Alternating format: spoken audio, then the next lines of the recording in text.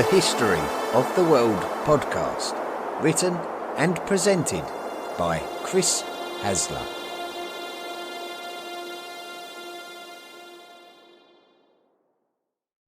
Volume 4, The Medieval World.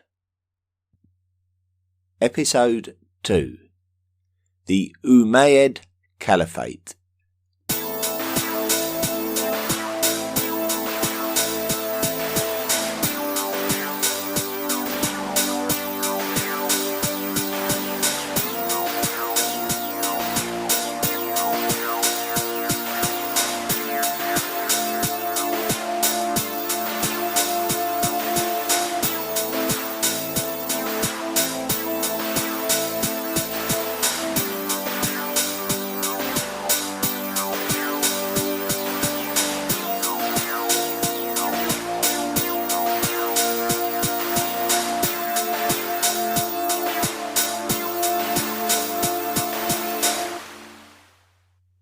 Let us summarise the rise of Islam as described in the previous episode.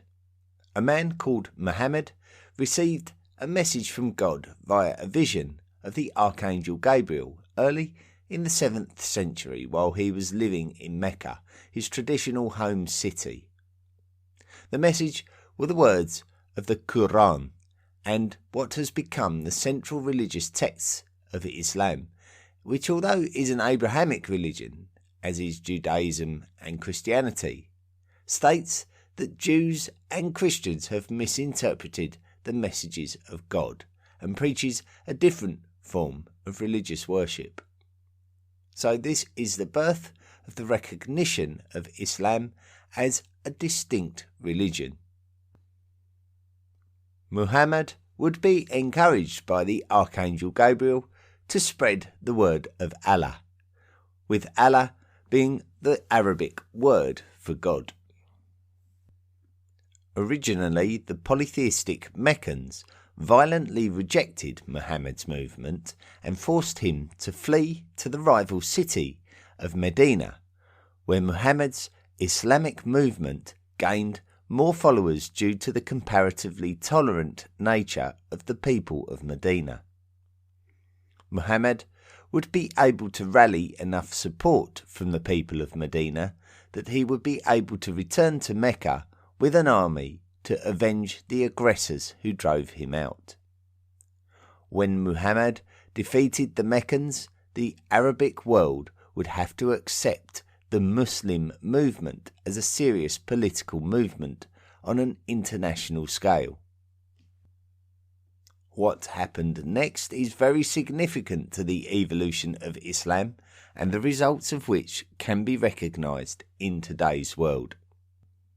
After Muhammad died, his father-in-law, Abu Bakr, was made the first caliph or successor to Muhammad as the leader of the Muslim movement. Not all Muslims were supportive of Abu Bakr, and a great number still believe to this day that his son-in-law, Ali, was the man that Muhammad actually wanted to be his own successor. Today's Sunni Muslims believe that Abu Bakr was the rightful and rightly guided successor, or the Rashidun Caliph. Shia Muslims believe that Ali should have been the rightful successor, and this is where the biggest and well-known Islamic schism stems from. Under Abu Bakr's rule, many Arabic rebels to the Islamic movement were put down until eventually the Arabian Peninsula was predominantly under Muslim rule. Military generals such as Khalid would move successfully northwards, challenging the borderlands of both the great Byzantine and Sasanian empires, who had both been weakened following hard years of war against each other. Abu Bakr was succeeded by another of Muhammad's fathers-in-law called Umar. Shias do not accept Umar as the rightful successor to Muhammad, with Ali still being favoured as rightful in their eyes. Most accounts accept that Ali was supportive of the central authority of the Islamic Caliphate, although Shias say that this was originally under duress. Umar would successfully conquer the city of Jerusalem, but the Islamic rule of this city was religiously tolerant towards the other Abrahamic religions, and this attitude was never the case under the Romans and their descendants, the Byzantines. The Christian Church of the Holy Sepulchre was allowed to remain, and Jews were allowed back in the city, despite the fact that they had been persecuted in Mecca after Muhammad's Hajj from Medina to Mecca in 630. Umar would expand the borders of the Rashidun Caliphate into the Sasanian lands of Mesopotamia and also the Egyptian lands of the Byzantines. The Caliphate was a considerable size, and Umar made the political reforms necessary that were needed to govern such a vast territory. After Umar's assassination in 644, the rule of the Caliphate would be disputed. Two prime candidates would emerge from a field of candidates, and one of the two was a man called Ali, who today's Shia Muslims regard as the rightful successor to Muhammad. However, it was another man called Uthman who would be elected to rule instead. Uthman was able to continue the Caliphate's expansion, crushing the heart of the Sasanian Empire and taking their lands, and expanding Muslim territory across the whole of North Africa. Despite the political reforms of Umar before him, Uthman was unable to manage this vast territory. He ceded too much authority to the local governors. When Uthman was assassinated, it was finally Ali's turn to become the Caliph, and the Caliph that Shia Muslims believe should have been the rightful successor to Muhammad all along. Ali inherited a fragmented empire. Syria and Egypt opposed Ali, as he had not done enough to find and bring Uthman's assassins to justice, and civil war broke out within the Rashidun Caliphate. This war is called the First Fitna. The Muslim governor of Syria was a man called Muawiyah.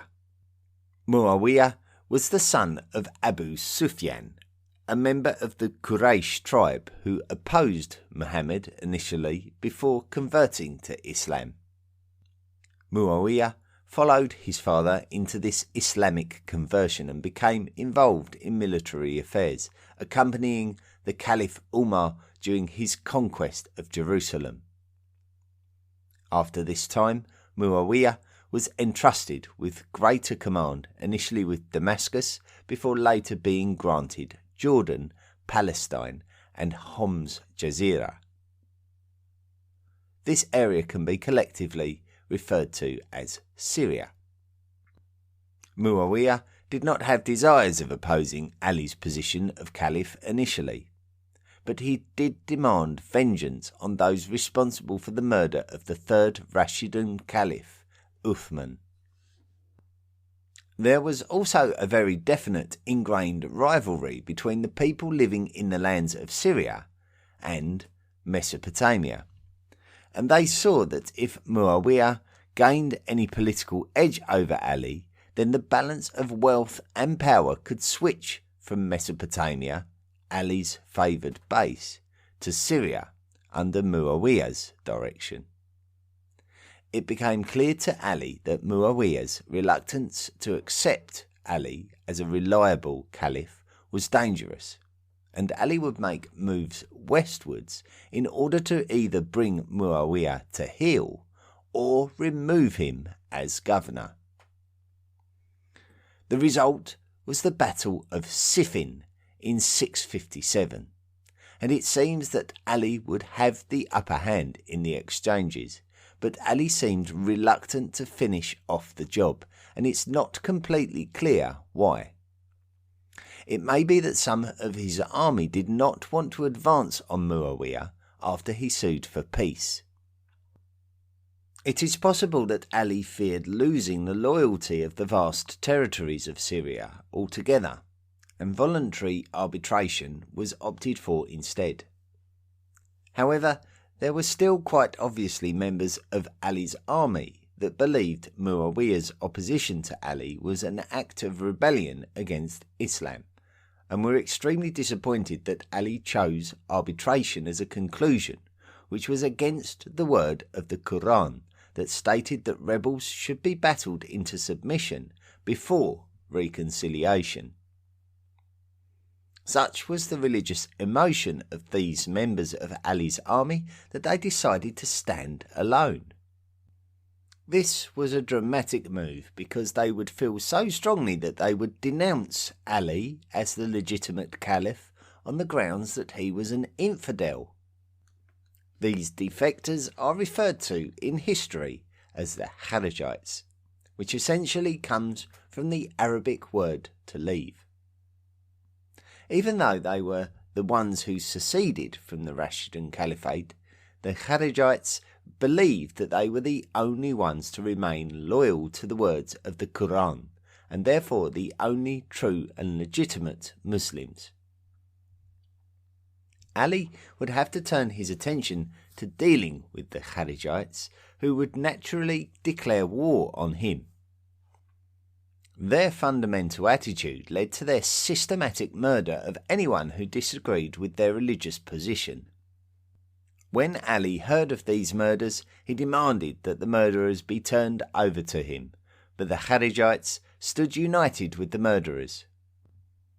An inevitable battle between Ali's forces and the Kharijites took place in 658 at the Battle of Nahrawan, and Ali would comprehensively defeat the Kharijites, marginalising them in Rashidun society.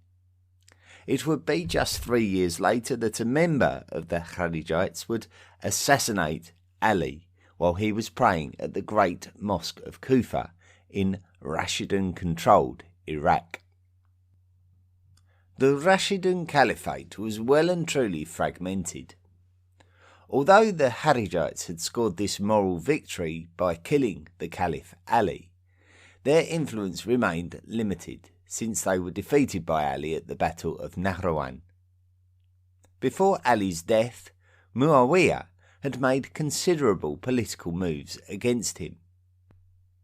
The followers of Ali believed that the Caliphate was no longer practicing Islam correctly, and suggested that the coordination of Islam be restricted to the closest members of the Prophet Muhammad's family, such as Ali. These followers would be the original Shia Muslims, who proclaimed that Ali would have always been the rightful heir to Muhammad. Muawiyah represented the opposition to Ali, and those who were loyal to Muawiyah believed Ali to be an ineffective and detrimental ruler.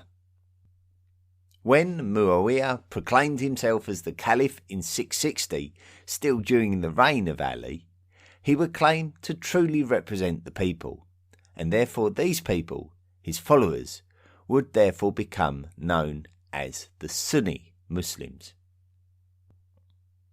After Ali's death, the Shia would back Ali's son Hassan to take control of the Caliphate.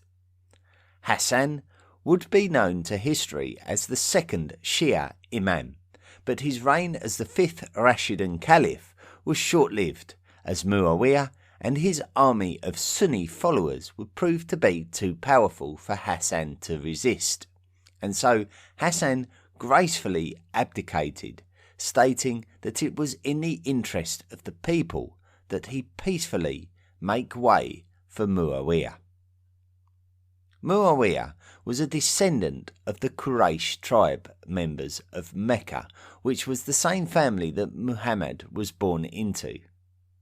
His great-grandfather was a member of the tribe, and his name was Umayyad ibn Abd Shams, considered to be the progenitor of the next line of caliphs, who would be collectively known as the Umayyad Caliphs, and so with Muawiyah's accession to the ruler of the Caliphate, so would begin the era of the Umayyad Caliphate. Umayyad Caliphate.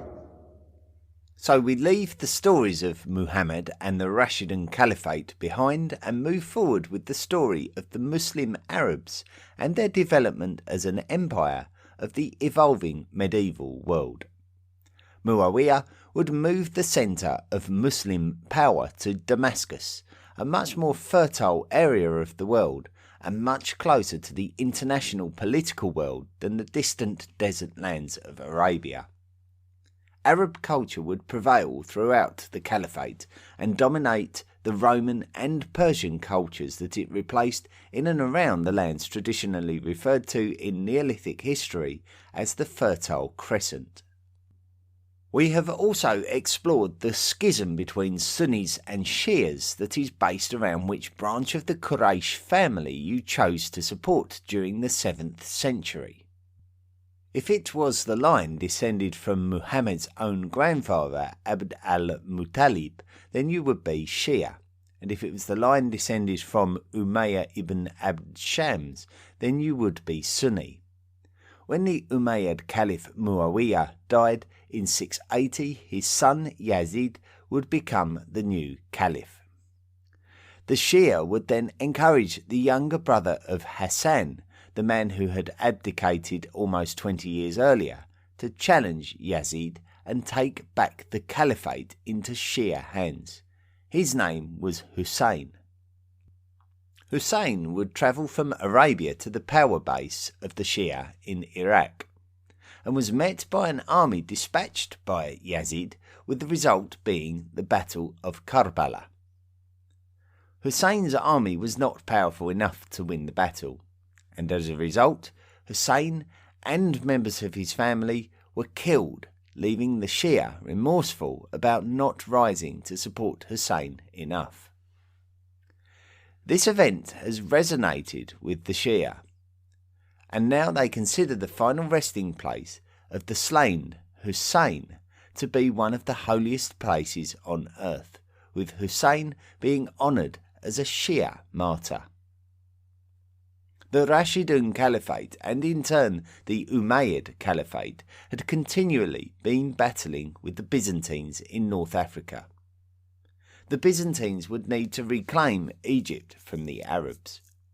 But the Arab army was extremely well resourced and caused more and more problems for the Byzantines. The Arabs would push the Byzantines westwards and take control of Cyrenaica, enabling them to approach the area surrounding the city of Carthage. Originally, it would be the Rashidun army that would defeat the Byzantines at the Battle of Sufetula in 647 and subjugate the area around Carthage. The events of the first Fitna then caused the Arabs to abandon their North African interests before the Umayyads launched a great campaign on North African lands again later in the century. This time the Arabs reached the far-off lands of Mauritania Tingitana, which is the Roman province in the modern country of Morocco that borders the Strait of Gibraltar. Once again, civil war prevented consolidation when Yazid had to defend his throne against Hussein during the second Fitna, which we mentioned a short while ago. During the periods where the Arabs were distracted from Africa, the Byzantines would simply continue to land at the very well-established harbour at Roman Carthage and reclaim their territory. So when the Arabs came back again in 698, they destroyed the city and the harbour, and took away the Byzantine option to use Carthage as a landing point. The Arab territories of the modern countries of Libya, Tunisia and eastern Algeria would be referred to as Ifriqiya, after the Roman name for this area, Africa, which in turn would be the basis of the name of the entire continent today. By the year 709, the Arabs had taken control of the rest of the Maghreb, meaning that they were now in control of the whole of North Africa. This time, there were no distractions, and the Arabs alongside the indigenous Berbers of North Africa would look across the Strait of Gibraltar to the Iberian Peninsula, once the Roman territory of Hispania and the modern-day country of Spain. At this period, it was the territory of the Visigoths, who had taken control of these lands during the collapse of the Western Roman Empire 2 to 3 centuries previous. The ruler of these Visigothic lands was a man called Roderick, and he was preparing an army for the defence of his territory against the growing power of the Arabs on the opposite side of the water, who had not been shy about raiding the Hispanian coast. The governor, or military leader assigned to this area of the Arabs, was a man called Tariq ibn Ziyad. Tariq would need to subdue the strategically important North African coastal harbour city of Ceuta, led by Count Julian, in order to access a small slither of land jutting out from Hispania, which Tariq could land at and use as his power base. This small peninsula is centred by a mountain, which would be an ideal vantage point from which to conduct a military campaign.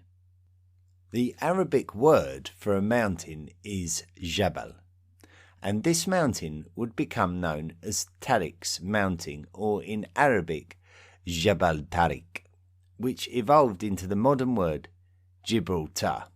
So of course the mountain is the Rock of Gibraltar. The fateful battle between Tariq and Roderick would take place in 711 at the Battle of Guadalete, where Roderick was defeated and killed, and this enabled the Arabs to organise a conquest of the lands of the Iberian Peninsula. Further forces landed the following year, striking terror into the people of Visigothic Hispania, who would refer to them as the Saracens, a word that has been used by Europeans in the past to refer to Arabs.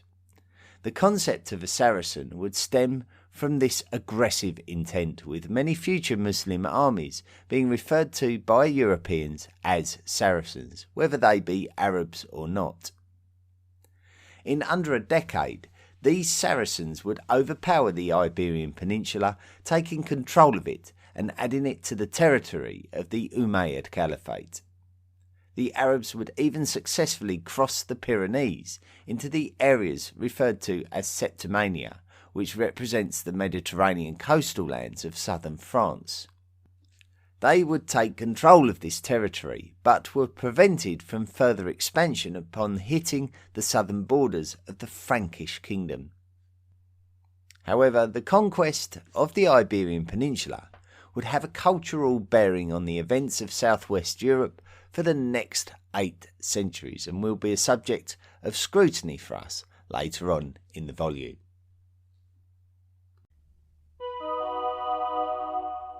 The Middle East. As we have discovered, the progress of Arab expansion across North Africa was disrupted by civil conflict within the Islamic Caliphate. It would all stem from the differences between the Rashidun Caliph Ali and the would-be Umayyad Caliph Muawiyah during the First Fitna. The descendants of Ali are known as the Alids and were favoured by the Shia Muslims. Muawiyah represented Sunni Islam and became the first Umayyad Caliph, moving the centre of power to his own centre of influence at Damascus in Syria. There was a degree of discontent in Mecca at the centre of Arab power being moved northwards and away from the Meccan heartlands of Islam itself. We can also add the somewhat fractious Kharijites, who were responsible for the assassination of Ali and opposed both the Alids and Umayyads, believing them both to be misinterpreting Islam as it was advised in the Quran.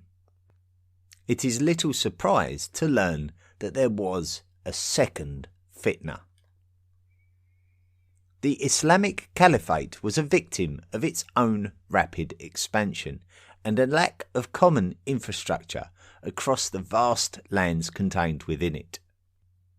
We have already learned that Ali's son, Hussein, was unsuccessful in his attempt to dethrone the Umayyad Caliph Yazid, who was the son of Muawiyah. Hussein had made his way from Mecca, who were not content with the Umayyad dynasty controlling the caliphate. Previously, the Islamic caliph had been selected, but the Umayyads had introduced a hereditary succession which had brought Yazid to rule without selection. Mecca and Medina stood together in their opposition of Yazid, who they considered to be ruling the caliphate in a manner not befitting of the Quran. They would persecute any members of the Umayyad dynasty still residing in the heartlands, and this was enough for Yazid to send an army to tackle those rebelling against him and his family. The Umayyads would defeat the Medinese at the Battle of Al-Hatta in 683, and then go on to besiege the city of Mecca. While Mecca was attempting to resist the siege, the sudden death of the Caliph Yazid proved to be a blessing for the people of Mecca, as the Umayyads now felt it necessary to withdraw. The Meccans would establish their own separate caliphate, with their own caliph called Abd Allah ibn al-Zubayr. This Zubayrid caliphate would stand against the Umayyads, but they did not receive the support of the Alids who actually opposed them. So now there were three factions competing for supremacy of the caliphate: the Umayyads based in Syria, the Alids based in Iraq, and the Zubayrids based in Hijaz, and that's without mentioning the Harijite fundamentalists. Incidentally, Hijaz is the name of the area of the modern country of Saudi Arabia that contains the cities of Mecca and Medina. The Umayyad Caliphate had very quickly lost its central authority. The Umayyads and the supporters of the Alids continued to battle one another, but it would actually be the Zubayrids that would put down the pro-Alids before the Umayyads defeated the Zubayrids in Iraq at the Battle of Maskin in 691, before they would venture southwards to besiege Mecca once more.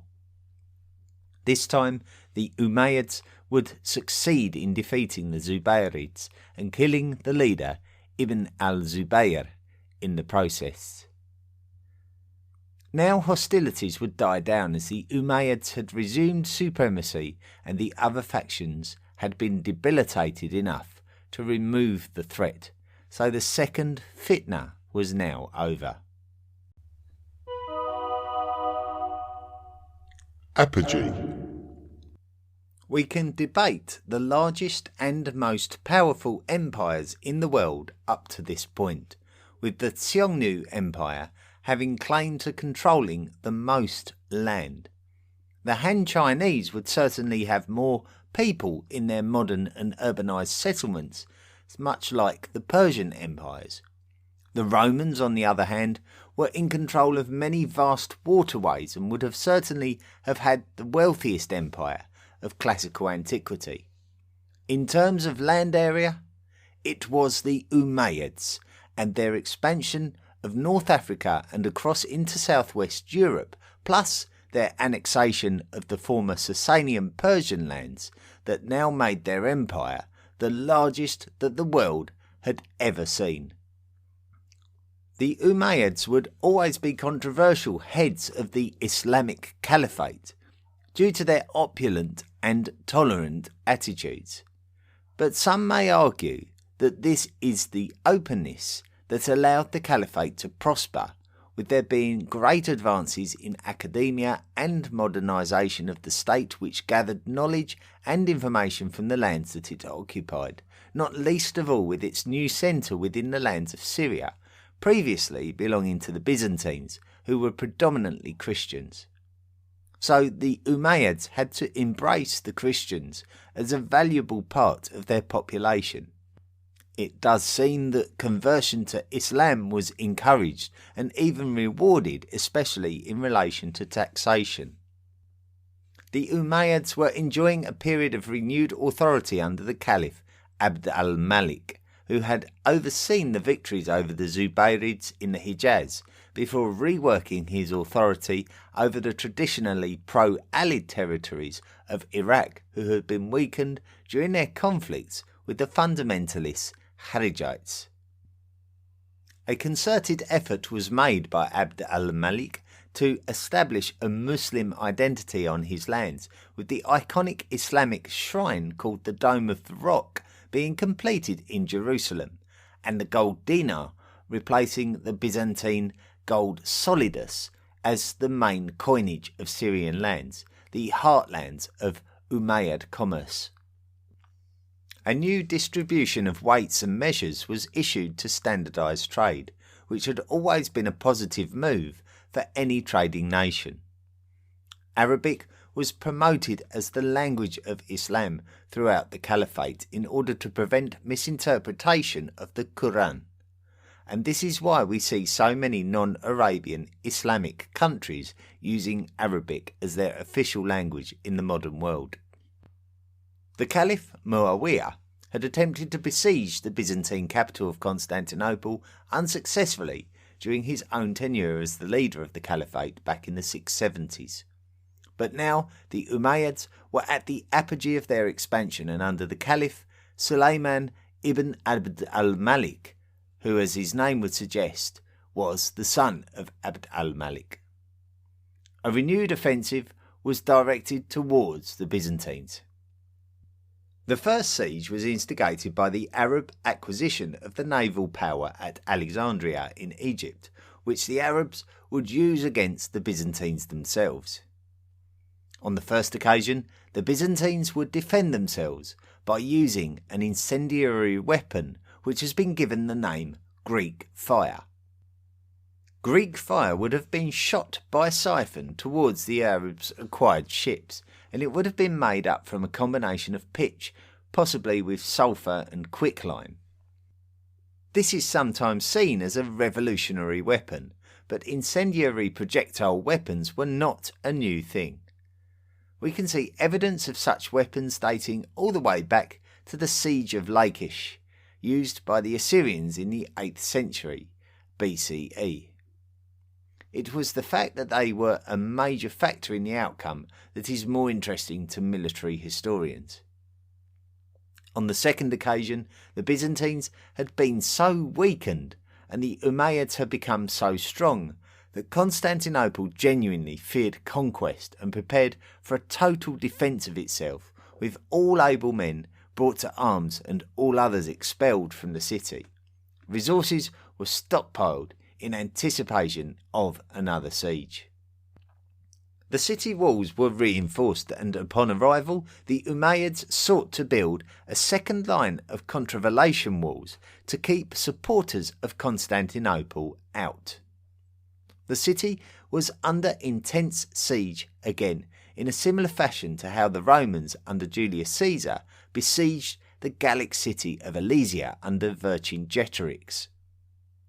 The difference between Alesia and Constantinople is that Constantinople sits on a coast, and to prevent support via sea is not as simple as building a wall of contravallation. This time, the use of incendiary Greek fire was expected, but the defection of Coptic Christians who had travelled alongside the Umayyads was not, and it was the betrayal of these Arab allies that left the Muslim invaders out in the cold and isolated with depleting resources. The Byzantines had held out, and the Umayyads were forced to retreat.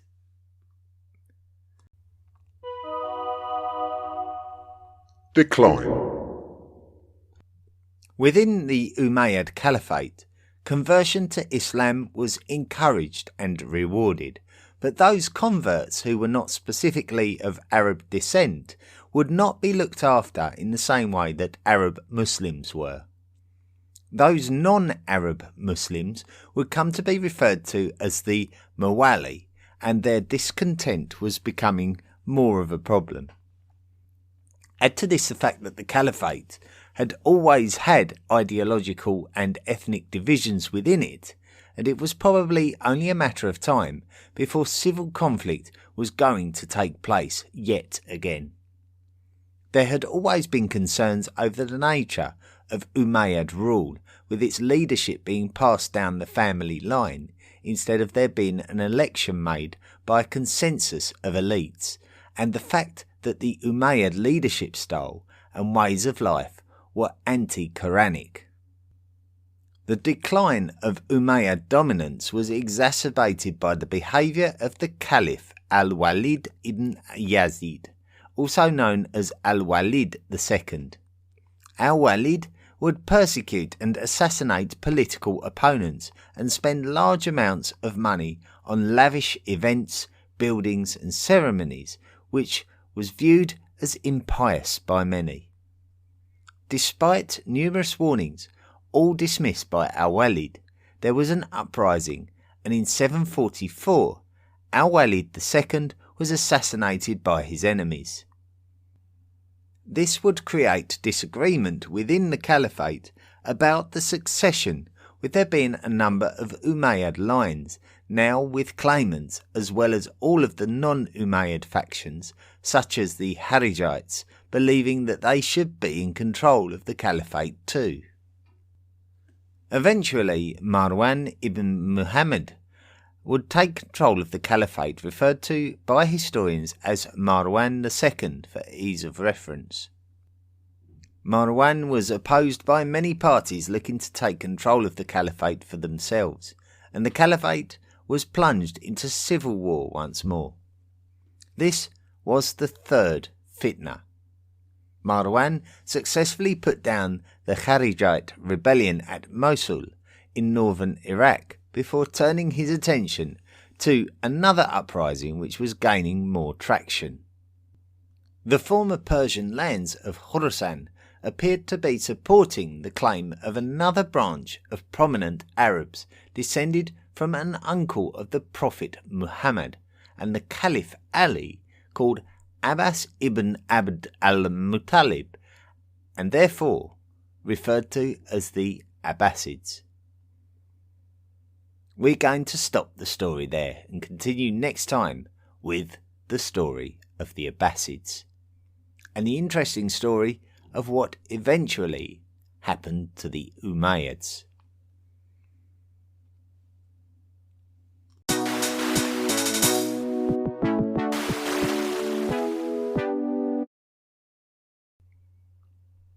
Thank you very much for listening to this week's episode of the History of the World podcast. This week's episode was about the Umayyad Caliphate, the caliphate that took over from the Rashidans and the caliphate that predated the Abbasids, of whom we will talk about next week. The Umayyad Caliphate is not known by many to be the largest land area empire of the world up until this date, and that's quite an astonishing fact when you consider we really don't talk about them a lot, and our thoughts naturally go to others like the Romans and the Persians.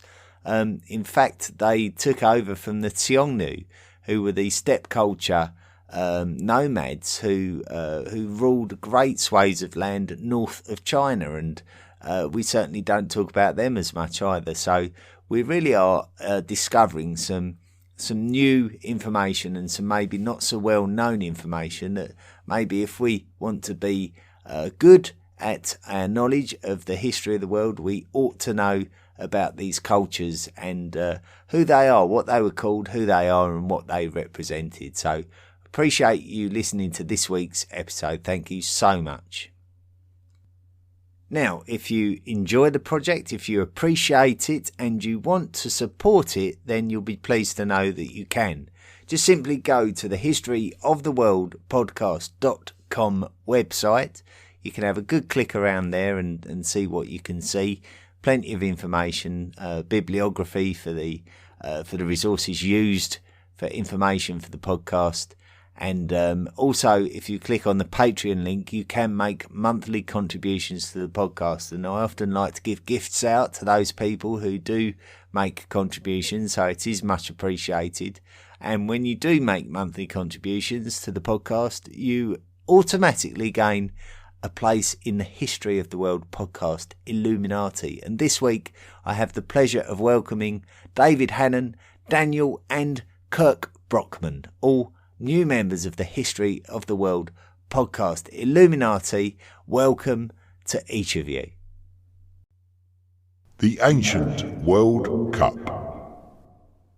Yes, of course. Each week now we're giving you the updates for the Ancient World Cup. This is a competition that the History of the World podcast is running, where you guys get to vote for who your favourite ancient peoples or culture was.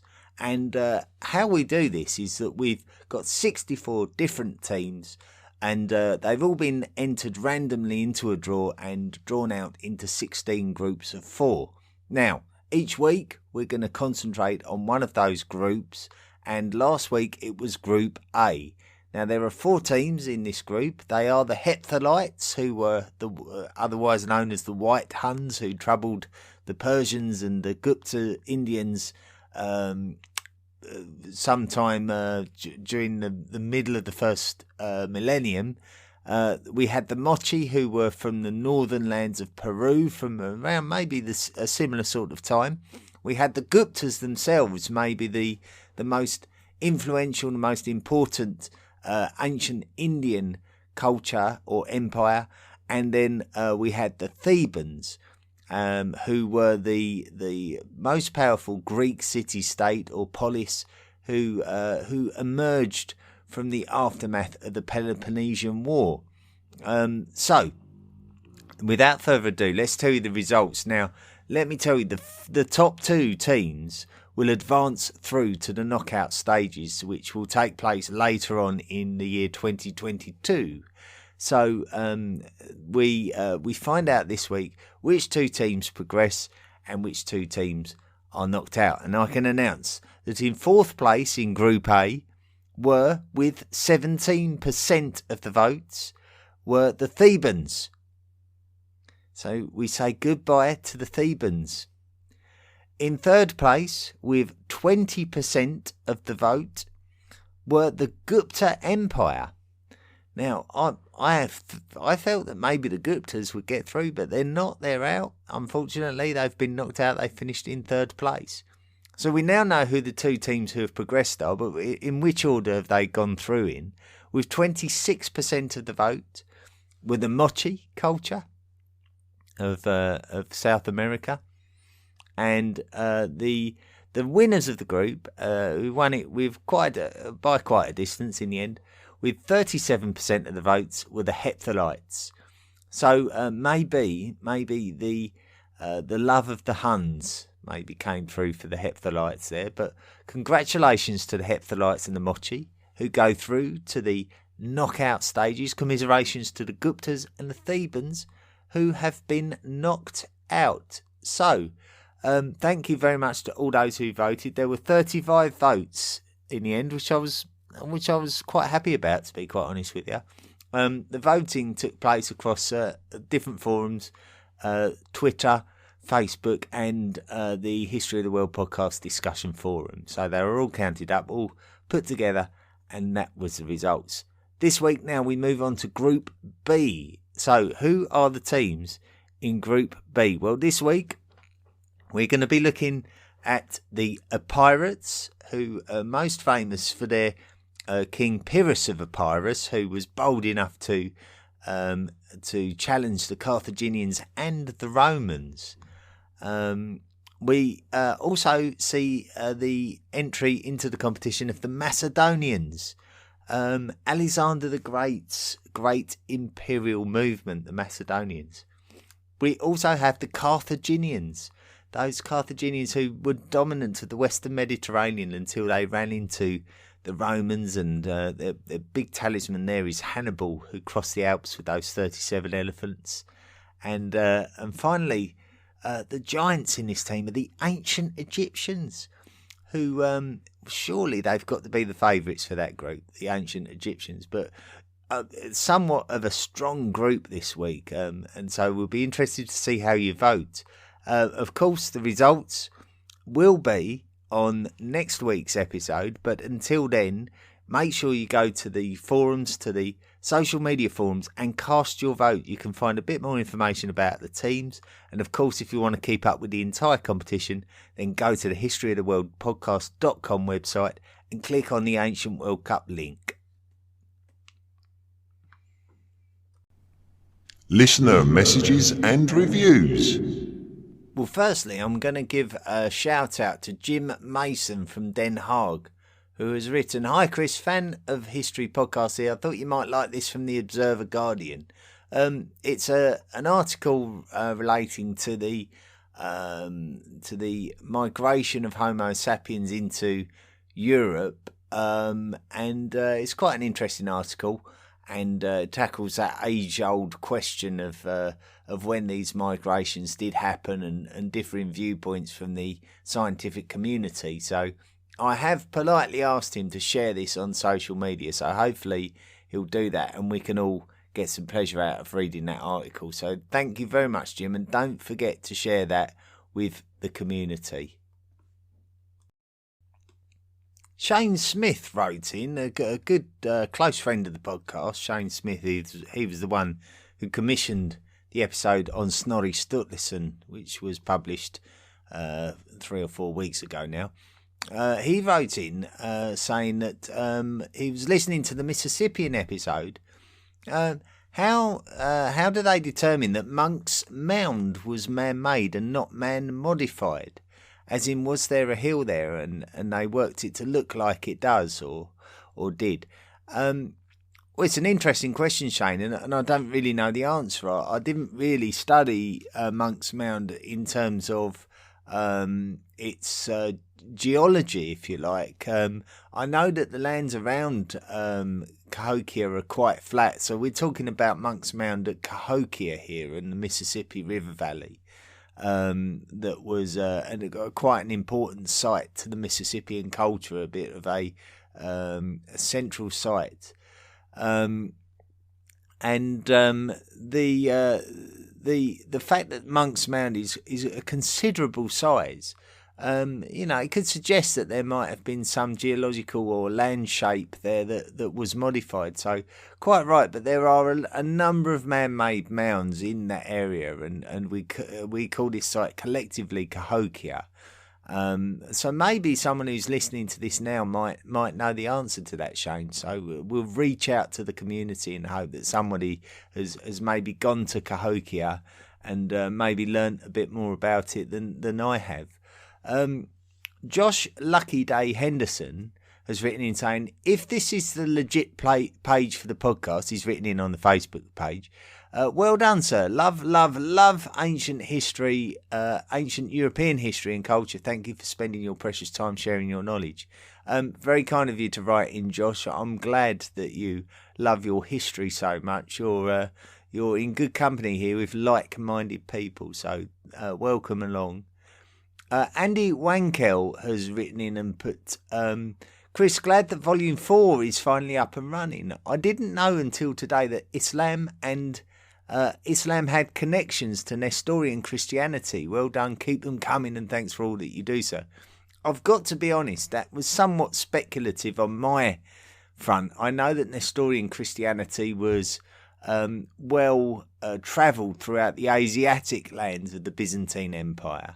Of lands of Roman influence, if you like, and so it's likely that Nestorians were in the Hijaz, in that area of the world, and therefore it might have been that Muhammad was privy to that kind of religious worship, and who's to say that wasn't a part of an inspiration? I know many fundamental Muslims would probably not be too happy with that as a suggestion, but from a very neutral overview kind of point of view, it deserves to be mentioned as it is a possibility. So that's an interesting point. There's no real evidence of that being the case. So it's pure speculation. But thank you for writing in, Andy. Very interesting subject. Humphrey Bolai has written in and put, "Hello, Chris. I regularly enjoy listening to your podcast. Sometimes it even helps me sleep faster." Oh, no, not another one. Not another one. "I hope I can ask a question via this medium. Are humans still evolving? If so, how and why?" Well, Humphrey, yes, we very much definitely are still evolving. Every life form evolves according to the circumstances around it. Only the fittest survive. And therefore, if half of the human race have better qualities to survive in the current climate of the world, then they are more likely to survive, and their genetic makeup is going to be the blueprint for future generations. That's probably the most articulate and succinct way that I can put it. But interesting question. Thank you so much for taking the time to write in and ask it, Humphrey. If anyone wants to write into the podcast, don't hesitate. I'm always interested in what you thought of the more recent episodes. Please don't hesitate to write in. We will read out your messages. Kind reviews now from the World of the History of the World podcast. Eddie1E or Ed1E at NY from the United States of America has put, "Excellent podcast. I just finished listening to Volume 2 and can't wait to get into until I start Volume 3. Was looking to get into listening to a podcast worth my time, and this is as good as it gets. Chris does an excellent job. Keep it up. And thank you for all that you do." Thanks, Eddie M. Well, thank you for taking the time to write that review. It really is very gratefully received. Tiberius JTK67 has put, "A labour of love. I started this podcast a couple of months ago for my commutes. Before this, I wasn't much of a listener to podcasts. In only the first couple of episodes, Chris demonstrated what I was missing. His delivery, humour and love of the subject matter are enough to grab you, shake you and enthrall you with stories of yesteryear." I like that word, yesteryear. I don't know why I've got an attraction to that word. Anyways, I'm reading the review. Let me stop digressing. "If you're looking, look no further. If you love history, you've found a home. If you are uninterested in history, prepare to change your mind. Regardless of who you are, Chris will blow your mind. While I'm currently in the middle of Volume 3, I'm astounded by learning that what I've learned, and I'm excited to hear more about early England. This was a particular focus of learning for me when I was younger, and it's like taking a trip down memory lane and finding my memory had a lot of holes. No matter what you do or who you are, learning new things is a gift, and it is good form to thank those who give you a gift. So thank you, Chris. It is very much appreciated and very much what I need." Well, thank you very much indeed. Thank you. That's a very kind and well constructed and highly complimentary review. Very humbling to read such stuff. So thank you very much indeed. And thank you to everyone who's taken the time to write a message and also to write a review. Okay, well, it's time to wrap up again for another week. Thank you very much once again for listening. Don't forget to check out the historyoftheworldpodcast.com website for some more chat, debate, some discussion. You can get involved. The History of the World podcast doesn't have to end at the end of this episode. You can carry on the discussion online. And obviously, we always welcome you to give us your support. We've also opened a merchandise shop now, so you can actually gift your friends and relatives who may be fans of the podcast a gift for Christmas or for their birthday. Just go and click the merchandise link and see if there's anything there that you would like to own or would like to buy for somebody else. So I hope you do go along to there.